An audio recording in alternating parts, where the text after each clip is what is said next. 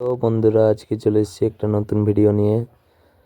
আমরা যাব বাঁশডিয়া ক্ষেত দেখতে, আমি আর তাপস। দেখাবো ওইখানের ভিউজ, আর কিছু কাজ আছে, কিছু কাজ করব।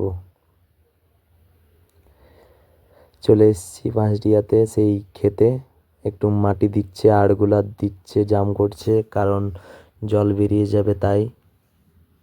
আর ভিউজ দেখো, কত সুন্দর ভিউজ। আর একটুকু এই দিকের ভিউজটা দেখো, প্রচুর সুন্দর। মেঘ বিজলাচ্ছে, আর আমাদের রাহুল দা রেনকোট পরে আর কাটছে। কাদা দেখো, কত কাদা, প্রচুর কাদা হয়েছে।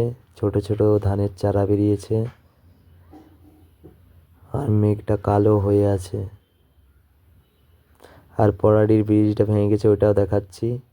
প্রচুর জল যাচ্ছে, প্রচুর বৃষ্টি হয়েছে তাই এত জল বেরোচ্ছে। চারদিকে প্রচুর বৃষ্টি হয়েছে।